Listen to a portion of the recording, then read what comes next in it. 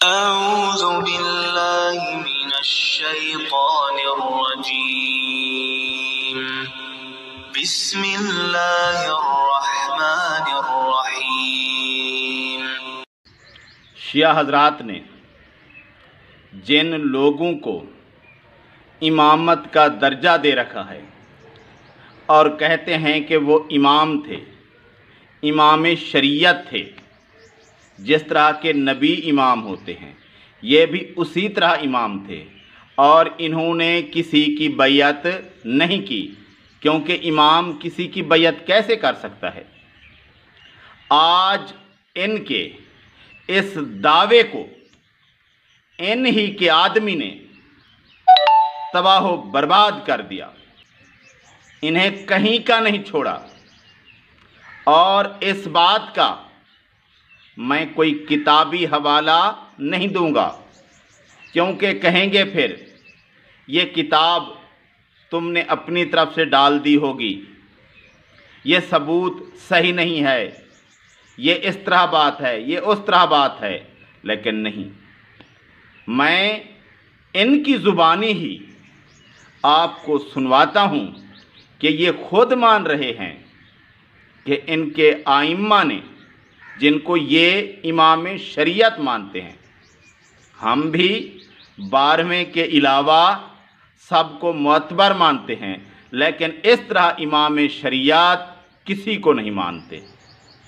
تو ان کا عالم، اپنا عالم کہہ رہا ہے، حوالہ آپ اس کی زبانی سن لینا، لیکن میں یہاں اس بات کو دہرا رہا ہوں جو کہ یہ کہہ رہا ہے کہ ان کے ذام میں جو امام شریعت تھے زین العابدین، اس نے یزید کی بیعت کی۔ جس بات پر ان کا دین کھڑا ہے، یزید کو گالیاں دینی ہیں، یا اگر یزید کو ان کے دین سے نکال دیا جائے تو یہ دین بچتا ہی نہیں ہے۔ تو اس یزید کی، جس کو انہوں نے اپنی مرضی سے امامت کا رتبہ دیا ہے، امام شریعت کا، ان کی اپنی کتاب میں معتبر سند سے درج ہے کہ اس نے یزید کی بیعت کی۔ اب کیا بچا؟ جب تم لوگوں نے یزید کی بیعت کر لی تو پھر بچتا کیا ہے؟ تمہارے دین کا پھر کیا بچتا ہے؟ تو آپ خود سنیں گے کہ یہ کیا کہہ رہا ہے۔ اور اس کے علاوہ ایک اور حوالہ اسی نے دیا ہے اپنے شیخ طوسی کا، پچھلا کافی کا حوالہ ہے اور یہ طوسی کا حوالہ دیا ہے کہ وہ کہتا ہے کہ امام زمان، یعنی ان کے آخری امام جو کہ ہمارے نزدیک تو پیدا ہی نہیں ہوا، اس نے کہا کہ میرے علاوہ میرے جد میں سے جتنے بھی ائمہ تھے سب نے طاغوت کی بیعت کی، کیونکہ یہ مسلمانوں کو طاغوت سمجھتے ہیں۔ ان کے کہنے کے مطابق، نعوذ باللہ استغفر اللہ، وہ لوگ طاغوت تھے۔ تو ان کے آخری امام نے کہا ہے کہ میرے جد میں سے سارے ائمہ نے طاغوت کی بیعت کی ہے، اور مسلمان خلفاء کو سب کو یہ طاغوت ہی سمجھتے ہیں۔ امام زین العابدین علیہ السلام کی ایک حدیث سناؤ، کتاب الکافی جلد نمبر 8 میں صفحہ نمبر 234-235 پہ آگے دیکھیے گا۔ کتاب الکافی میں، کتاب الکافی سند معتبر،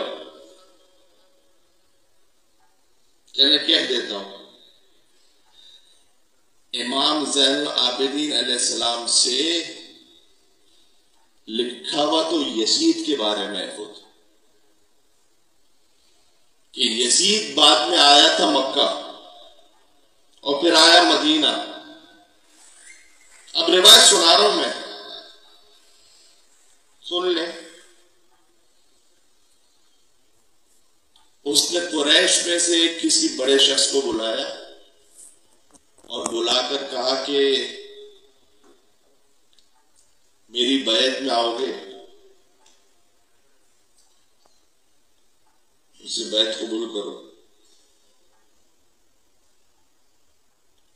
اس نے کہا کہ نہ تو مجھ سے بہتر ہے نہ تیرا باپ مجھ سے بہتر تھا، تو میں کیوں کروں تیری بیعت؟ اس نے کہا میں قتل کر دوں گا۔ اب یہ شخص ہے نا، اس نے کہا کہ ارے اپنے زعم میں یہ سوچ رہا ہے، تو اس نے جواب کیا دیا کہ حسین ابن علی مارے گئے تو میں کیا ہوں، میں بھی قتل ہو جاؤں گا۔ قتل کر دیا۔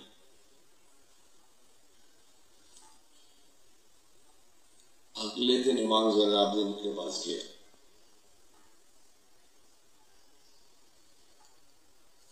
اور لکھا ہوا ہے کتاب الکافی کی روایت میں کہ وہی بات کہی کہ جو اس قریشی سے کہی تھی، قریش کے بڑے شخص سے۔ امام نے کہا کہ اگر تیری بات کو قبول نہ کروں تو قتل کر دے گا کیا؟ کہا قتل کر دے۔ امام نے کہا کہ مجھے اللہ کی جانب سے اپنی جان کی حفاظت زیادہ عزیز ہے، لہذا میں اس بات کو قبول کر لیتا ہوں۔ یہ بات آپ نے کبھی سنی؟ نہیں سنی نا؟ اس لیے کہ خالی مثل لا یباع مثل سنا کے کہ جس کی سند کا پتہ نہیں ہے، ہمارے دماغوں میں گھسا دیا گیا کہ امام علیہ السلام تو اگر کسی کی ظاہری دنیا میں بیعت کر لے اور حاکمیت پر آ جائے تو یہ تو کفر ہو جائے گا۔ جناب شیخ توسی نے لکھی ہوئی روایت، شیخ توسی نے اپنے عقیدوں کو صحیح کر لیا، شیخ توسی نے غیبت توسی میں روایت لکھی ہوئی کہ امام زمانہ نے فرمایا کہ میرے جد میں سے ہر ایک کی گردن پر طاغوت کی بیعت کا طوق تھا سوائے میرے۔ اللہ میری گردن سے اس طاغوت کی بیعت کے طوق کو اٹھا دے گا۔ اس روایت کی وجہ سے ان کے جو بھی دعوے تھے سارے ختم ہو گئے، سب کا ستیہ ناش ہو گیا۔ اس ایک روایت سے یہ ثابت ہو گیا کہ ان کے جتنے ائمہ تھے سب نے مسلمان خلفاء کی بیعت کی، اور جو ان کے مین دعوے ہیں حسین رضی اللہ تعالیٰ عنہ اور حسن رضی اللہ تعالیٰ عنہ، انہوں نے معاویہ رضی اللہ تعالیٰ عنہ کی بیعت کی، کیونکہ سارے لوگوں نے بیعت کی تو ان لوگوں نے بھی بیعت کی۔ اور اس سے پہلے علی رضی اللہ تعالیٰ عنہ اور ان کے دونوں بیٹوں نے جب وہ جوان ہوئے تو انہوں نے عثمان رضی اللہ تعالیٰ عنہ کی بیعت کی۔ اس وقت تو حسن رضی اللہ تعالیٰ عنہ اور حسین رضی اللہ تعالیٰ عنہ بیعت کرنے کے قابل تھے۔ اس سے پہلے اگر کہہ لیں کہ عمر رضی اللہ تعالیٰ عنہ کی بیعت کے وقت اور ابو بکر رضی اللہ تعالیٰ عنہ کی بیعت کے وقت وہ بچے تھے تو یہ بات ماننے کے قابل ہے، لیکن علی رضی اللہ تعالیٰ عنہ تو اس وقت انہوں نے، انہی کی روایت سے یہ ثابت ہوتا ہے کہ عمر رضی اللہ تعالیٰ عنہ کی بیعت کی اور ابو بکر رضی اللہ تعالیٰ عنہ کی بیعت کی۔ ہماری روایات میں تو ثابت ہے، لیکن یہ انکار کرتے رہتے ہیں۔ تو اس روایت سے جو ان کے امام زمان سے انہوں نے خود روایت کی ہے اس کے مطابق سب لوگوں نے بیعت کی، تو اس سے ثابت ہوا کہ علی رضی اللہ تعالیٰ عنہ نے عثمان رضی اللہ تعالیٰ عنہ کی بیعت کی، عمر رضی اللہ تعالیٰ عنہ کی بیعت کی، ابو بکر رضی اللہ تعالیٰ عنہ کی بیعت کی، اور یہ ان لوگوں کو نہیں مانتے۔ اور جن کو یہ امام مانتے ہیں انہوں نے ان کی بیعت کی ہے، یہ ان کی روایات سے ثابت ہوتا ہے۔ اور پھر یہ الزام لگاتے رہیں کیونکہ ان کو پتہ ہے کہ یہ بات تو ثابت شدہ ہے، یہ ہم کہیں ثابت نہیں کر سکتے کہ ان لوگوں نے بیعت نہیں کی خلفاء کی کسی امام نے، تو اس لیے ہم ایک روایت اس طرح بنا لیں کہ وہ طاغوت تھے پھر بھی ہم نے بیعت کی مجبوری کی وجہ سے۔ اگر مجبور تھے، مسئلہ تھا، تو پھر مشکل کشا کیسے تھے؟ اگر مشکل کشا تھے اور بیعت کی تو اس کا مطلب ہے کہ وہ خلفاء ٹھیک تھے۔ بیعت تو ثابت ہو گئی ان کی کتابوں سے۔ اب یہ بات بچتی ہے کہ انہوں نے بیعت اپنی مرضی سے رضامندی سے کی یا جبراً کی۔ اگر کی رضامندی سے، خوشی سے، تو اس کا مطلب ہے کہ خلفاء سب ٹھیک تھے، اور اگر کی جبراً، دھمکی سے، تو اس سے پتہ چلتا ہے کہ یہ لوگ مشکل کشا نہیں تھے۔ اگر یہ لوگ مشکل کشا تھے، پاورفل تھے، سب طاقت ان کے پاس تھی، تو ان سے زبردستی بیعت کون کروا سکتا تھا؟